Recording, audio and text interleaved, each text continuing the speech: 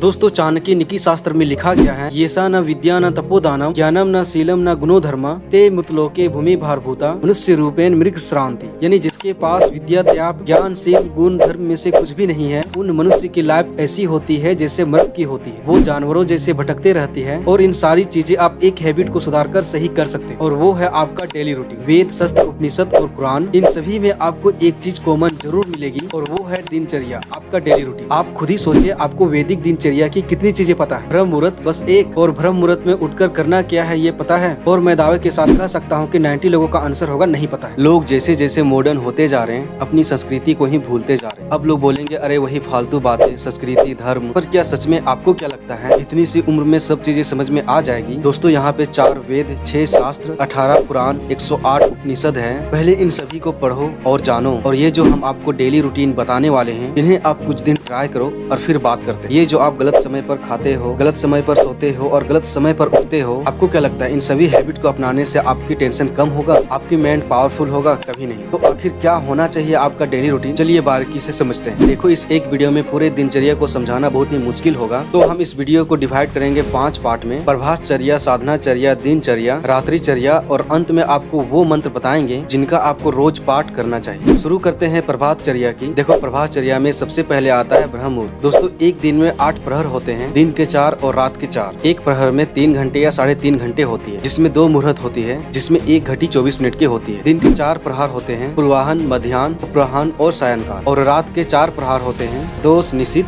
प्रियामा और उषा। रात्रि का उषा प्रेयर और सुबह का पूर्वाहन प्रेयर के ठीक बीच में होता है ब्रह्म मुहूर्त, जो कि सुबह के 4:30 बजे से 5 बजे के बीच का होता है। और ब्रह्म मुहूर्त 8 पहर का राजा है, और इस समय आपको किसी भी हाल में उठ जाना है। और उस समय चलने वाली वायु को निःशुल्क औषधि कहा गया है, इसीलिए कहते हैं 1 morning breath is equal to 100 medicine. अब बात आता है ब्रह्म मुहूर्त में उठना कैसे। देखो आपको दिन भर अपना शरीर को इतना ज्यादा थकाना है ताकि आपके शरीर को आलसी होने का टाइम ही ना मिले। रात का भोजन आपको सूर्यास्त से पहले ही खा लेना है, और 10 बजे से पहले आपको सो जाना है। अब जब आप सोने जा रहे हो और आप बिस्तर पर हो, तो आपको अपने अवचेतन मन को आदेश देना है कि आपको जल्दी उठ जाना है। साथ ही अलार्म की आदत से जितना बचोगे उतना ही अच्छा है। अगर इतना आप 1 सप्ताह तक डेली कर लोगे तो ब्रह्म मुहूर्त में डेली आप आराम से सुबह उठ जाओ। इसके बाद आपको करना है कर दर्शन। जब आप अपने बिस्तर से उठो तो अपने बिना आँख खोले अपने दोनों हाथों को रगड़कर अपनी आंखों पर लगाओ, और धीरे से अपनी आंखों को खोलकर अपने दोनों हाथों के हथेलियों को देखते हुए ये मंत्र बोलना है, ग्राग्रे वस्ते लक्ष्मी, करवस्ते सरस्वती, कर मूले स्थितो ब्रह्मा, प्रभाते कर दर्शनम। साथ ही कई लोग ब्रह्मा की जगह पर गोविंदा भी बोलते हैं, यानी हाथ के अग्र भाग में माँ लक्ष्मी है, मध्य में सरस्वती और मूल भाग में ब्रह्मा जी। इन सभी का मैं प्रातःकाल वंदन और दर्शन करता हूँ। अब आपको धरती पर सीधा पैर रखना है। उससे पहले आपको धरती माँ से क्षमा मांगते हुए इस मंत्र को बार बार दोहराना है। समुद्र वसने देवी, व्रत वस्तने वंदिते, विष्णु पत्नी नमस्तुभ्यम, पाद स्पर्शम क्षमा वस्म। यानी समुद्र रूपी वस्त्रों को धारण करने वाली, पर्वत रूप वस्तुओं से मंडित भगवान विष्णु की पत्नी पृथ्वी देवी, आप मेरे पद से स्पर्श होने से मुझे क्षमा करें। प्रातः स्मरण के और भी कई सारे मंत्र हैं, आप चाहो तो उन्हें भी पढ़ सकते हैं, पर ये इतना तो आपको करना ही। इतना करने के बाद अब कुछ पुशअप लगा लो, जिससे आपका शरीर से सारा तामस निकल जाए, जिसके बाद आप सारा काम फुर्ती से करो। अब आपको अपना बिस्तर सही करने के बाद आपको कुछ मांगलिक वस्तु का दर्शन करना है। सभी वस्तु यहाँ पर लिखी है, आप वीडियो को पॉज करके देख सकते हैं। इसके बाद आपके माता पिता और गुरु का प्रणाम करना है, इससे आयु, कीर्ति और बल की वृद्धि होती है। अब आता है उषापान। उषापान में आपको सोने से पहले ही एक तांबे के बर्तन में जल भर कर रखना है। वो जल आपको अगली सुबह अपने क्षमता के अनुसार 2 या 3 गिलास पी लेना है। रात के जमी हुई लार आपके जठर के लिए अमृत तुल्य है, इससे आपकी पाचन शक्ति मजबूत होती है। आयुर्वेद के अनुसार ये एक अमृत ही है, इससे कफ, वायु और पित्त का नाश होता है। और हाँ, पानी हमेशा बैठ कर ही पीजिएगा। साथ ही उषापन की तुरंत बात है सोच क्रिया। जब आपको उषापन की आदत हो जाएगी तब आपको तुरंत सोच का वेग होगा। अब ध्यान रखना, सोच हमेशा आपको मलासन में ही करना है, इससे आपको आंत रोग कभी नहीं होगा, कब्ज नहीं होगा। हाँ, जिसको समस्या है वो वेस्टर्न पर जा सकते हैं, पर अपने पैर के नीचे कुछ पार्ट रख लीजिए ताकि आपके शरीर 35 डिग्री तक झुक जाएगा। जिनका योग पवित्र हो गया है और जिनकी शिकायत अपने सोच के समय, वो अपने वित्तयोग अपने दाहिने कान पर चढ़ा लीजिए और अपनी शिखा को खोल लीजिए। साथ ही सोच के समय अपने दांतों को सटा कर रखे, जिससे आपके दांत बुढ़ापे तक मजबूत रहेंगे। ग्रंथों में कहा गया है दीर्घ संघ के बाद 12 कुल्ले और लघु संख्या के बाद 4 कुल्ले जरूर करना। तब आपको करना है दंत धावा, यानी कि दांतों की सफाई, वो भी दांतों दातून से, जिसके लिए नीम, करंज, आंधी झाड़ा, दालचीनी, बबूल, पेड़ की दातून करना सही हो। आयुर्वेद के अनुसार दातून से दांत को साफ करना सही तो है, साथ में बुद्धि, आयु और प्राण की भी वृद्धि होती है। ये जो आप टूथपेस्ट यूज करते हैं, इसका उपयोग तुरंत बंद कर दो। ऐसे दंत मंजनों से उम्र भर की अनेकों बीमारियां होती है, इनमें फायदे कुछ भी नहीं होते। किसी दिन आप खुद रिसर्च करके इन सभी के बारे में देख लेना, तो आप पूरी तरह से समझ जाओ। ये केवल इंसानों की कमाई का एक जरिया है। कई देशों में तो ये सब बैन है, लेकिन भारत में इन सभी चीजों से सब जमकर कमाई कर रहे हैं। बाकी तो आप खुद ही समझदार। पेस्ट तो क्या, टूथब्रश भी आपके लिए हानिकारक हो सकता है। ज्यादातर तो रिसाइकल प्लास्टिक से बने होते हैं, जो कि आपके दांतों में माइक्रो प्लास्टिक को छोड़ते हैं, जिससे आपको कैंसर तक हो सकता है। दांतों की सफाई की बात है जिब्बे निर्खलम, यानी कि जीभ की सफाई। पहले तो आप टूथपेस्ट से अपने दांत को साफ करते हैं और उसी से जिब्बा भी साफ करते हैं, लेकिन ऐसा आपको नहीं करना है। अगर आप दातून करते हैं तो दातून करने के बाद दातून को बीच में से तोड़ लीजिए और उसे टंग क्लीनर के शेप में लाकर उससे अपनी जीभ की सफाई कीजिए, या फिर सीधा सीधा टंग क्लीनर ले आइए। इसके बाद आपको करना है कवल गंडूस। कवल यानी कि कुल्ला करना, और गंडूस यानी तिल का तेल या फिर नारियल का तेल। एक गुट इतना कुछ सेकेंड अपने मुंह में लेकर रखना है और चारों तरफ धीरे धीरे घुमाकर निकाल देना है। और यदि मुंह में छाले या सूजन हो तो तिल के तेल की जगह दूध या घी के मिश्रण से भी गंडूस कर सकते हैं। भारतीयों की ये बहुत पुरानी आदतें हैं जो कि आप भूल गए हैं, पर मॉडर्न जमाना है, ऑयल पुलिंग के नाम से अब ये धीरे धीरे प्रचलित हो रहा है। कवल तो आपको डेली करना है, पर गंडूस आप हफ्ते में 1 या 2 बार आराम से कर सकते हैं। अब आता है स्नान। स्नान का भी 4 नियम है। मुन्नी स्नान, जो कि सुबह 4 बजे से 5 बजे होता है। 5 से 6 बजे के बीच होता है देव स्नान। 6 से 8 बजे के बीच होता है मानव स्नान, और 8 बजे के बाद का स्नान होता है राक्षस स्नान। अब आप खुद समझिए कि आपको स्नान कब करना है। सुबह का स्नान तो आपको हमेशा ठंडे पानी से करना है। इससे शरीर में वीर्य और प्राण की वृद्धि होती है, आंखों का तेज बढ़ता है, साथ ही जठराग्नि मजबूत होती है, आलस से सब निकल जाता है। हाँ, ठंड में हल्के गुनगुने पानी से स्नान कर सकते हो, पर गलती से भी गर्म पानी अपने मस्तिष्क पर मत डालना। गर्म पानी सर पर डालने से आँख, हृदय और बाल की बीमारियां होती है, इंद्रियों में से शक्तियां निचोड़ जाती है। अब स्नान की विधि क्या है ये समझ लेते हैं। सबसे पहले तो ये जान लो, पूरी तरह से नग्न होकर स्नान मत करो। सर पर जल डालकर ऊपर से नीचे स्नान करो। और हाँ, अगर साबुन का इस्तेमाल नहीं करोगे तो ही ज्यादा बेटर है, और अगर इस्तेमाल करना ही है तो आयुर्वेदिक इस्तेमाल करो। और मैं आपको कहता हूँ कि दूध, दही और मुल्तानी मिट्टी और हल्दी का इस्तेमाल करो। ये सभी आपके साबुन से सस्ती आती है, और भी बहुत कुछ बेसिक नियम है, वो मैं आपको अगली वीडियो में बताऊंगा। उम्मीद करता हूँ कि आपको ये वीडियो पसंद आया होगा। मिलते हैं अगली वीडियो में। आपका बहुत बहुत धन्यवाद।